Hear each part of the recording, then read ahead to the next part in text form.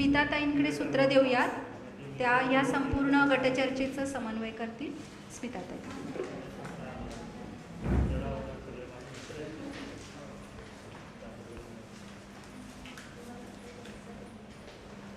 नमस्कार.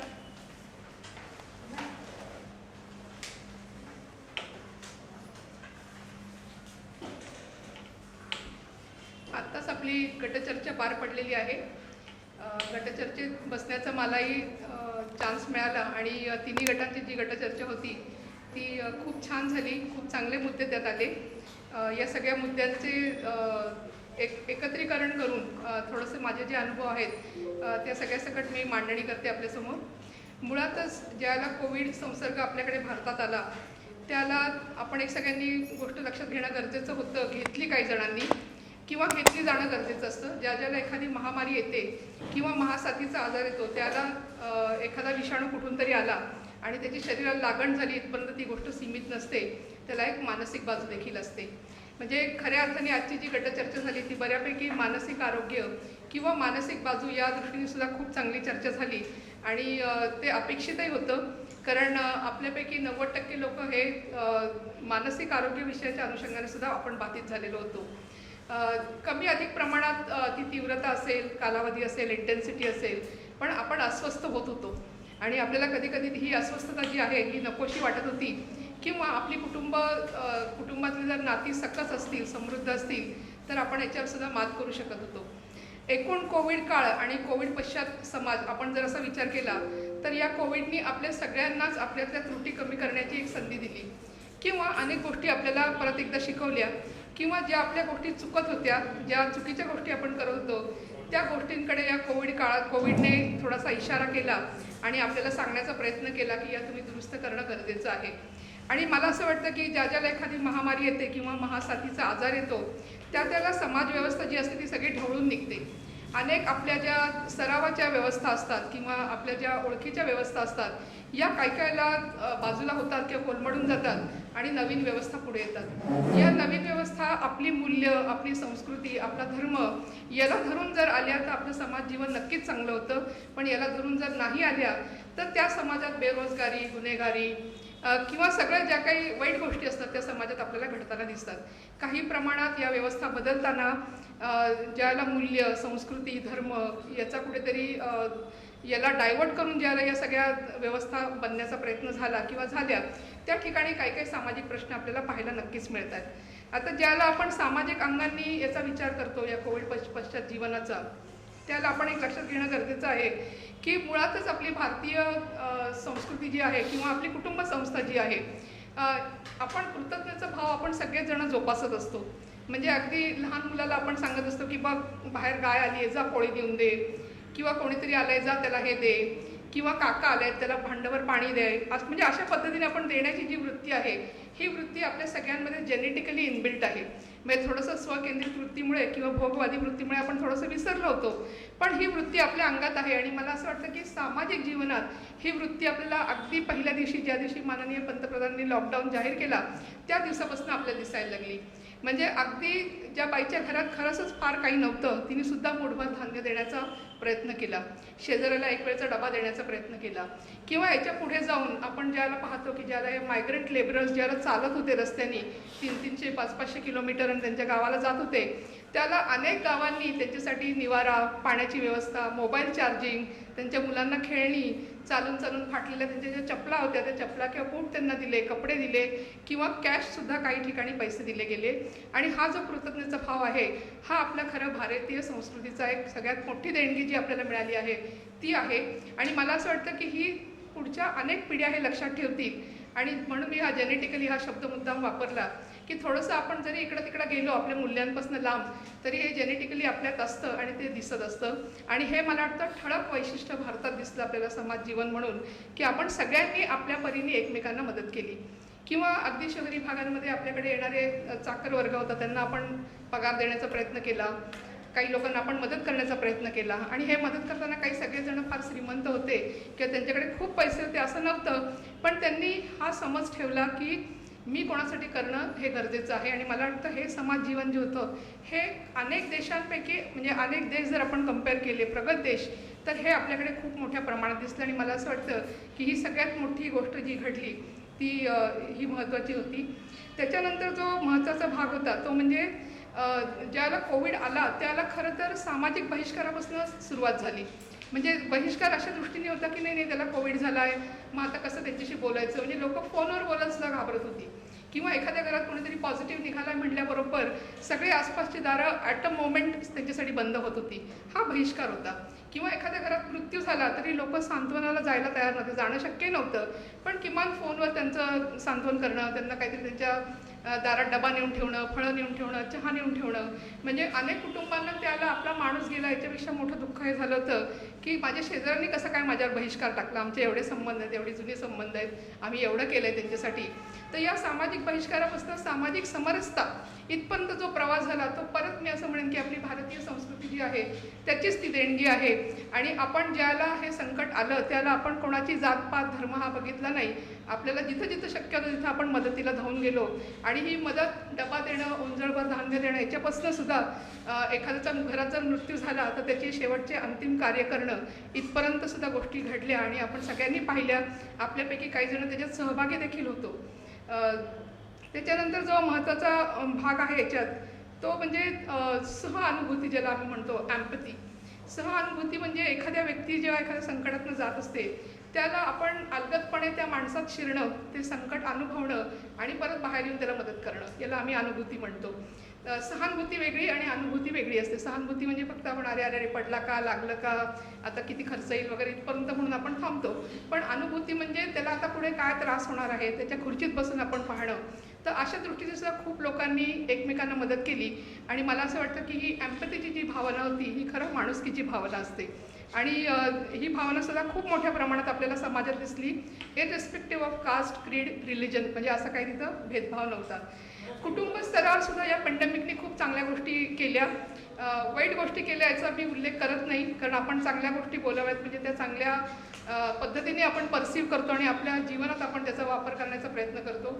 मुख्य म्हणजे आपल्याकडे जी गृहिणी दुर्लक्षित होती किंवा हे आईचं कामच असतं, आईने हे करायचंच असतं, किंवा डबा उशिरा झाला मग तुला लवकर उठायला काय झालं, म्हणजे अशा ज्या आपण रफ रिॲक्शन्स पूर्वी देत होतो त्या देताना आता थोडंसं तरी आपल्याला थोडी लाज वाटणार आहे किंवा आपली जीभ जड होणार आहे.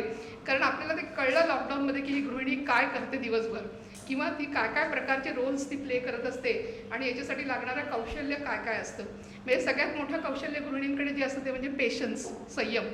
म्हणजे आपण जर एखाद्या आपल्या पुरुष मित्राला सांगितलं की 4 पोळ्या कर तर 2 जळून जातील, 1 कच्ची राहील आणि चौथीला तो पळून जाईल, तर असं म्हणजे याला पेशन्स म्हणू आपण. दिस इज व्हॉट पेशन्स इज. की स्वयंपाक नीटनेटका करणं, त्याची पूर्वतयारी करणं, स्वयंपाक झाल्यानंतर ओटा स्वच्छ करणं, भांडी घासणं, याला खूप पेशन्स लागतं आणि कौशल्य लागतं. म्हणजे पोळ्या करायला वेगळं कौशल्य लागतं, फ्लावरची भाजी करायला वेगळं लागतं, बटाट्याची भाजी करायला वेगळं लागतं. तर मला असं वाटतं की त्या गृहिणीचा कुठेतरी आदर करायला आपण शिकलेलो आहोत. आणि या निमित्ताने घरात जी स्त्री काम करते त्या स्त्रीच्या कामाला काही मोल नसतं, पण ते मोल काय असतं हे आपल्याला आज समजायला लागलेलं आहे. आणि इथून पुढे आपण कधीही तशा पद्धतीने आपल्या घरातली गृहिणी जी आहे ती अशी वागणार नाही, कारण आपल्याला ती समज आलेली आहे. त्याचबरोबर आपल्याकडे आपलं घर जे आलं असतं हे घर खरं सगळ्यांचं असतं, पण खूपदा असं होतं की घराची जी कामाची जी जबाबदारी असते ही खूपदा लिंग आधारित असते. म्हणजे स्वयंपाकघर जे असतं ते स्त्रियांचं असतं आणि बहुतेक बाहेरचं काही पुरुषांचं नसतं, फारसं बरेचदा नसतं, त्यांनी फक्त कमवायचं असतं काहीतरी, असं अशा गोष्टी असतात. पण मला वाटतं की या कोविड काळात हे घर जर आपलं आहे, हे घर जर आमचं आहे, हे जर घर आमच्या 5 जणांचं आहे, तर या घरातली स्वच्छता, या घरातला स्वयंपाक, या घरातली इतर कामं ही सगळी आमच्या सगळ्यांची आहेत, हे सुद्धा कुठेतरी ठळक सगळ्यांना जाणवलं. आणि अनेक कुटुंबांनी या पेंडेमिकचा वापर जो केला पॉझिटिव्हली तो असा होता की आपण सगळेच घरात आहोत तर सगळेच आपण थोडी थोडी कामं करून बघू एकमेकांची. आणि याच्यातनं खऱ्या अर्थाने प्रत्येकाला कळलं की घरात किती कामं असतात आणि घर म्हटल्यानंतर काय काय कामं आपल्याला करावी लागतात. किंवा थोडासा लिंग आधारित कामाची जी विभागणी होती याला सुद्धा कुठेतरी निरोप देण्याचा प्रयत्न या पेंडेमिकमध्ये अनेक कुटुंबांनी केला. कुटुंब जीवन हे खऱ्या अर्थाने समृद्ध कसं होतं तर जिथं नात्यांची जोपासना चांगली होते, नाती सकस असतात, समृद्ध असतात, नात्यांना वेळ दिला जातो. आणि आपलं असं झालं होतं बऱ्याच जणांचं की आपण हे काम झालं की ते काम, ते काम झालं की ते काम, ते काम झालं की ते काम. आणि मगाशीच मी कुठल्या तरी ग्रुपमध्ये म्हटलं की मी नवऱ्याशी कधी गप्पा मारते तर एखाद्या पार्टीत गेल्यानंतर आम्ही जर शेजारी बसलो तर गप्पा मारते, ते सुद्धा मी तिथं मैत्रिणींशी बोलते, याच्याशी बोलते, त्याच्याशी बोलते, तर होत नाही आहे. पण मला असं वाटतं की रिलेशनशिप हिलिंग किंवा नात्यांना वेळ देणं हे सुद्धा या काळात झालं आणि याच्यातनं आपली नाती खूप समृद्ध झाली. नात्यांना जे छोटे मोठे अपघात झालेले होते, ज्या दुर्घटना झालेल्या होत्या किंवा जी दुखापत झालेली होती, याच्यातसुद्धा आपल्याला उपचार करायला त्या दरम्यान वेळ मिळाला आणि अनेक पती पत्नी, अनेक मुलं आणि पालक, अनेक ज्येष्ठ नागरिक आणि त्यांची फॅमिली अशामध्ये सुद्धा खूप चांगल्या पद्धतीने संवाद सुरू झाला. मुख्य म्हणजे या पेंडेमिकनी संवादाला मुभा दिली, जो आपल्याकडे खूप कमी होतो आणि सकस संवाद तर खूपच कमी होतं. तर त्या दृष्टीने सुद्धा या पेंडेमिकने आपल्याला खूप मदत केलेली आहे आणि हा एक चांगला परिणाम आपल्याला इथं पाहायला मिळतोय. अर्थातच मी ज्याला म्हटलं की या पेंडेमिकने आपल्या सगळ्यांनाच आपल्यातल्या उणीवा कमी करण्यासाठी संधी दिली किंवा त्रुटी कमी करण्यासाठी संधी दिली, त्यात आपण स्वतःसुद्धा सुटत नाही, म्हणजे व्यक्ती म्हणून सुद्धा आपण सुटत नाही. आपली सुद्धा जी भोगवती वृत्ती वाढलेली होती, स्वकेंद्रित विचार करण्याची वृत्ती वाढलेली होती, त्याला सुद्धा कुठेतरी फाटा देण्याचं काम किंवा फाटा देण्याची संधी ही आपल्याला या पेंडेमिकमध्ये मिळाली.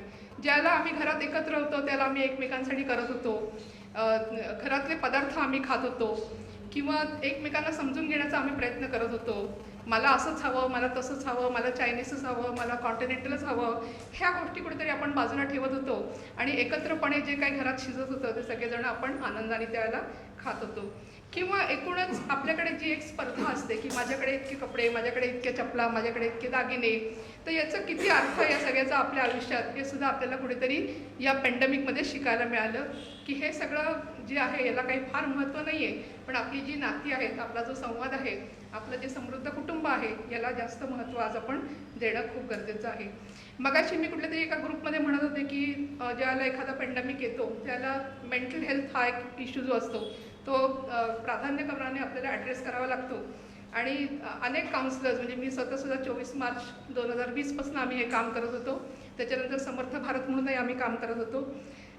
समर्थ भारतचं जे काउन्सिलिंगचं काम झालं त्या 8 महिन्याच्या कामावर हा रिपोर्ट आहे, हा 22 उपलब्ध आहे. आपण सगळ्यांनी वाचा, म्हणजे आपल्याला कळेल की नक्की मेंटल हेल्थ म्हणून काय लोकांमध्ये झालं, काय काय लोकांनी एक्सपिरियन्स केलं आणि ते जर ॲड्रेस झालं नसतं तर लोकांना भावी आयुष्यात किती प्रॉब्लेम्सला फेस करावं लागलं असतं.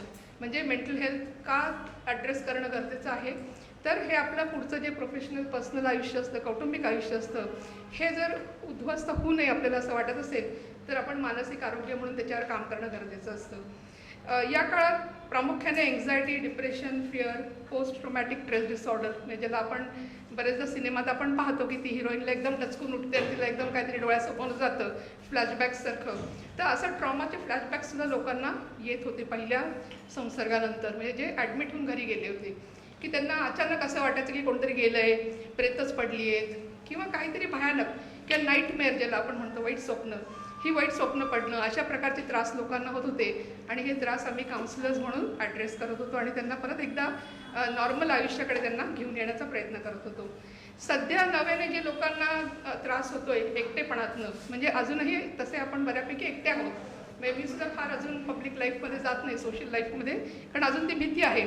पण एक उदाहरण घ्या की जे फक्त ज्येष्ठ नागरिक एकत्र आहेत किंवा एकत्र एक काका राहत आहेत, एकत्र एक काकू राहत आहेत, तर अशा लोकांना किंवा ज्यांच्या नोकऱ्या गेल्या आहेत, ज्यांचं उत्पन्नाचं साधन कुठेतरी थांबलेलं आहे, तर अशा लोकांना ज्याला आम्ही हॅल्युसिनेशन्स म्हणतो, म्हणजे काहीतरी कानात बोलल्यासारखं वाटतं कोणीतरी, की कोणीतरी, म्हणजे मी तुम्हाला सांगते की आत्ता ना कोणतरी माझ्या कानात सांगून गेलं की तिकडे पाऊस पडला आहे किंवा मला आत्ता कोणी म्हणजे कानात सांगितलं जे भास होणं वगैरे, अशा प्रकारचे मानसिक डिसऑर्डर्स लोकांमध्ये काही प्रमाणात दिसायला लागले आहेत. याचाच अर्थ असा आहे की आपल्याकडे, आपल्या कुटुंबामध्ये, आपल्या समाजामध्ये, आपल्या मित्रपरिवारामध्ये जर एखादी व्यक्ती अशी तक्रार करत असेल तर आपण त्या व्यक्तीचं म्हणजे त्या व्यक्तीबद्दल काहीतरी वेडवाकडं बोलणं, त्याची चेष्टा करणं, मस्करी करणं, याच्याऐवजी आपण त्याला योग्य एक्सपर्टकडे नेणं खूप गरजेचं आहे.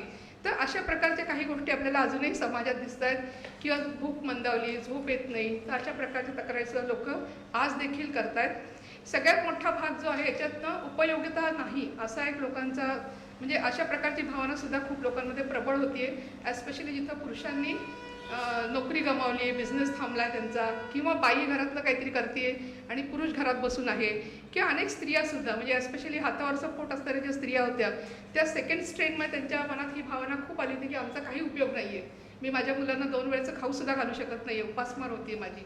तर याच्यातनं सुसायडल ॲटम्सकडे जाणारी शक्यता जास्त असते. म्हणजे माझा उपयोग नाही, ही भावना फार वाईट असते कुठल्याही माणसासाठी.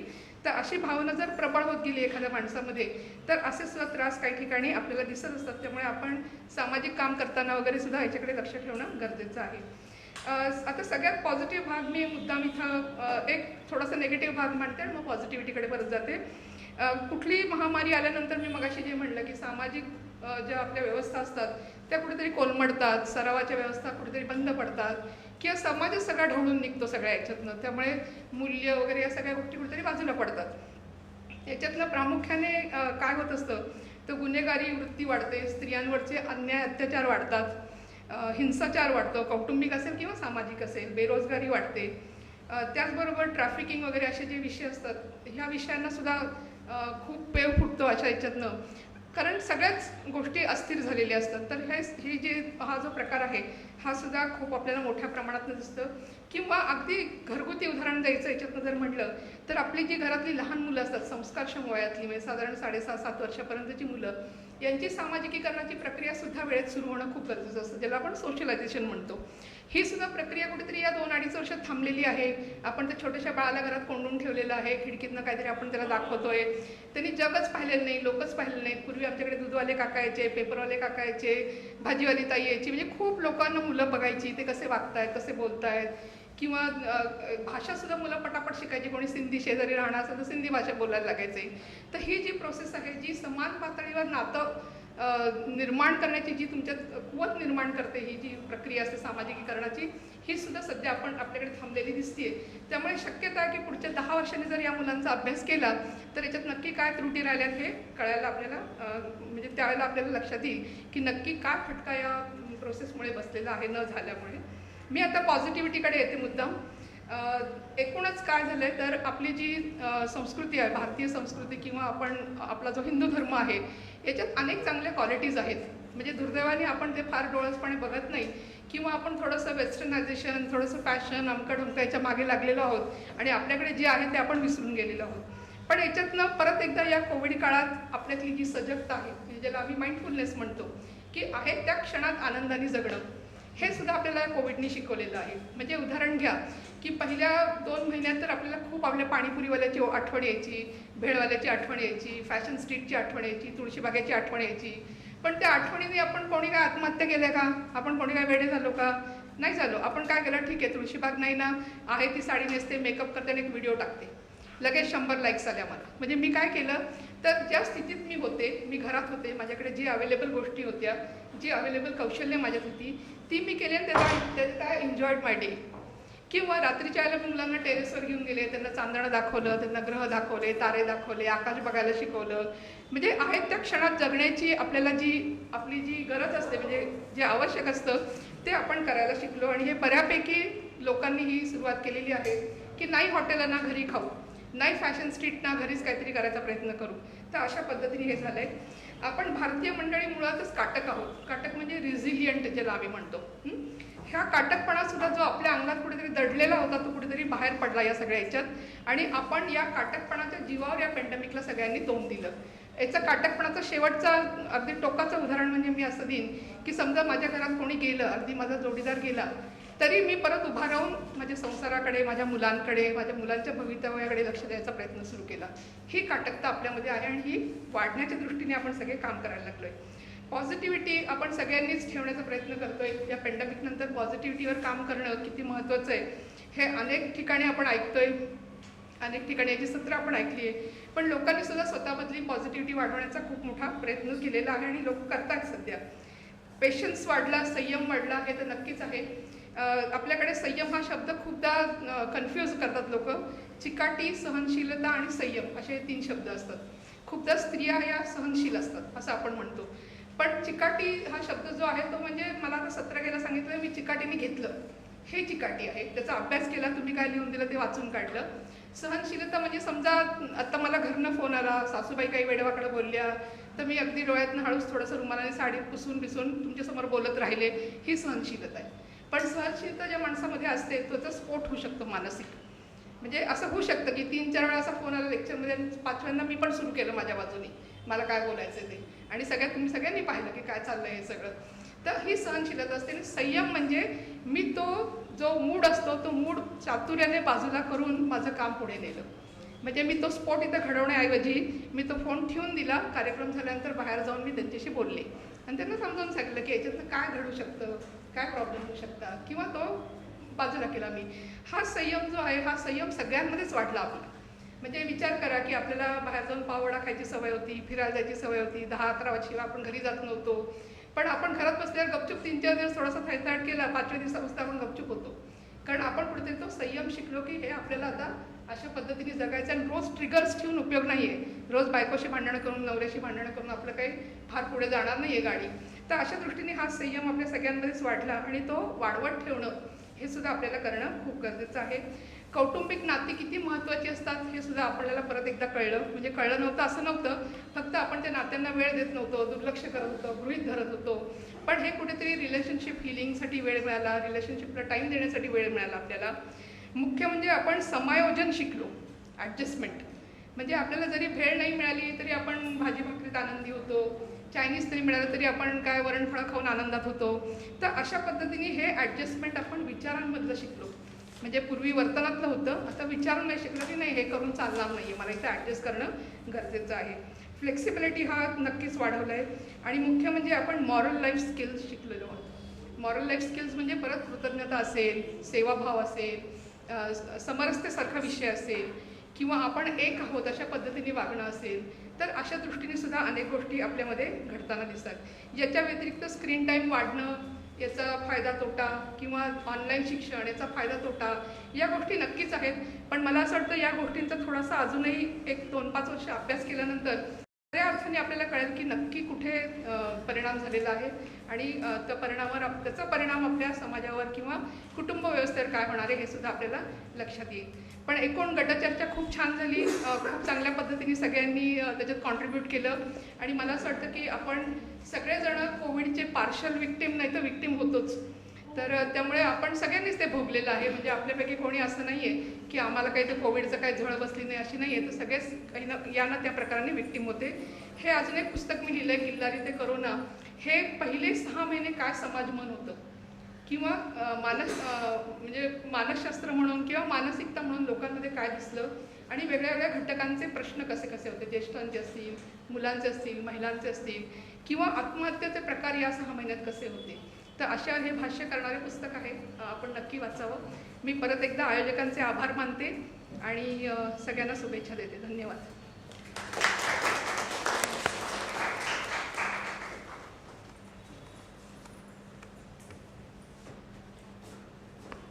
धन्यवाद स्मिताताई,